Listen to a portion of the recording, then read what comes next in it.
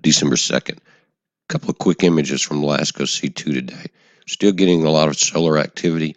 Notice that blast out the top and the right, and ISON has left from the top. Now, these images of ISON before perihelion are giving us a look at the debris trail, kind of looking at it closer and see what we can see. And you can see there's some particles in it. But that tail that we just saw happened after the X-flare. Look, on Halloween, ISON had already crossed the Earth's orbit and had crossed Mercury's orbit before the flare on the 19th. And that's the location when the flare hit it. So we had the wider tail, it's 250,000 kilometers wide, about 4 times wider than what we see here. Plus, a lot of stuff got blown back on the 19th into the orbit of Mercury and Earth, guys. Now, this is some of the last images as ISON left the CRO2. Now, these are side views from SETI A, so we get a pretty good look at it. Just going to step it through and enlarge it and give you some enhancements. Here, notice that wave, that's a solar flare that has hit ISON, and it was almost like it was trying to hold together at that point. And you see as that solar flare come across it, seems to shatter it. Now, I've got some close-ups of this last images as it's departing, just in different filters and all, trying to get it down to knock as much glare out and to be able to increase it. You're starting to pixelate out here, guys, to kind of give you an idea of what we're looking at from the side. Now, it's going to be coming over us, and we're not going to be seeing this view. Again, this is SETI A on the other side of the sun. But there appears to be objects tumbling. This is getting wider. Now, it is in an upward arc if it follows the original projection. It's not coming straight at Earth. It's rising each day until December 28th. But now, you got to think of this as a V. If that point of the V is over on the 28th, then the deep debris trail will be delayed a few days as it widens and spreads, guys. But I think that it's very highly possible we could see some fallout, maybe simply fireballs. Don't know yet. We're going to be watching it. But notice it has left the ACRO2. Now it's on AHI1. What's happened here, that's not ISON. That was the solar flare that blew across it. And what I think has made it start to disintegrate even further.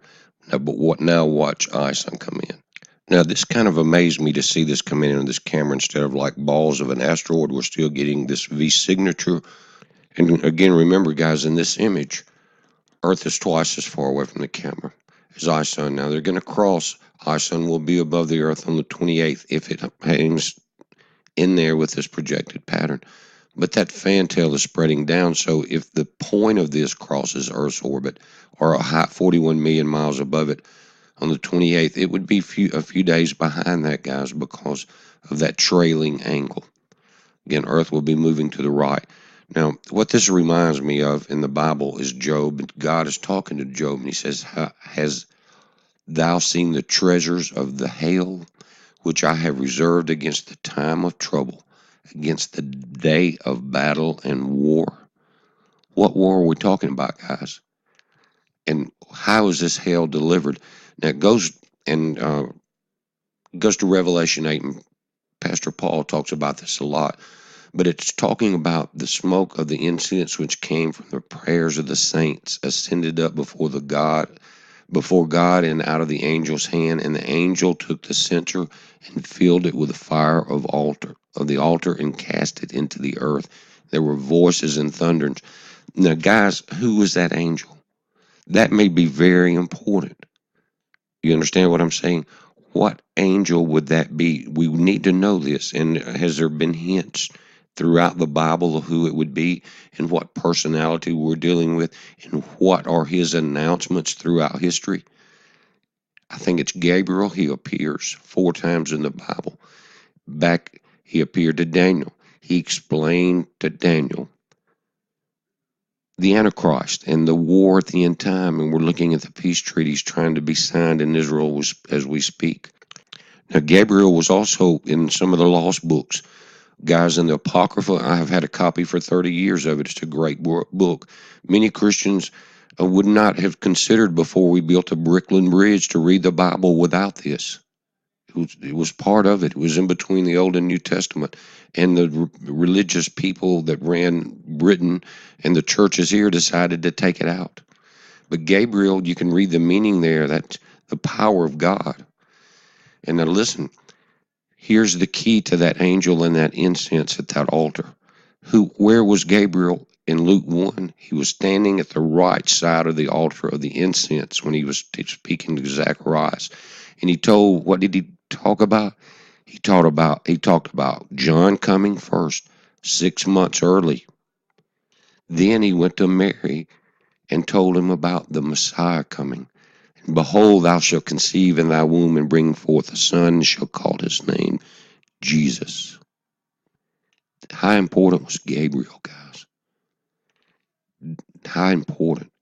And back here, guys, in Enoch, pause any of this and you read it. He's the one that God sent down at the flood to destroy the fallen angels and the mixed breeds and the watchers. You understand what I'm saying? The fallen angels. Gabriel destroyed the wicked during the flood. Look, check this out. He explained the end time prophecy to Daniel, announced the conception of the Messiah.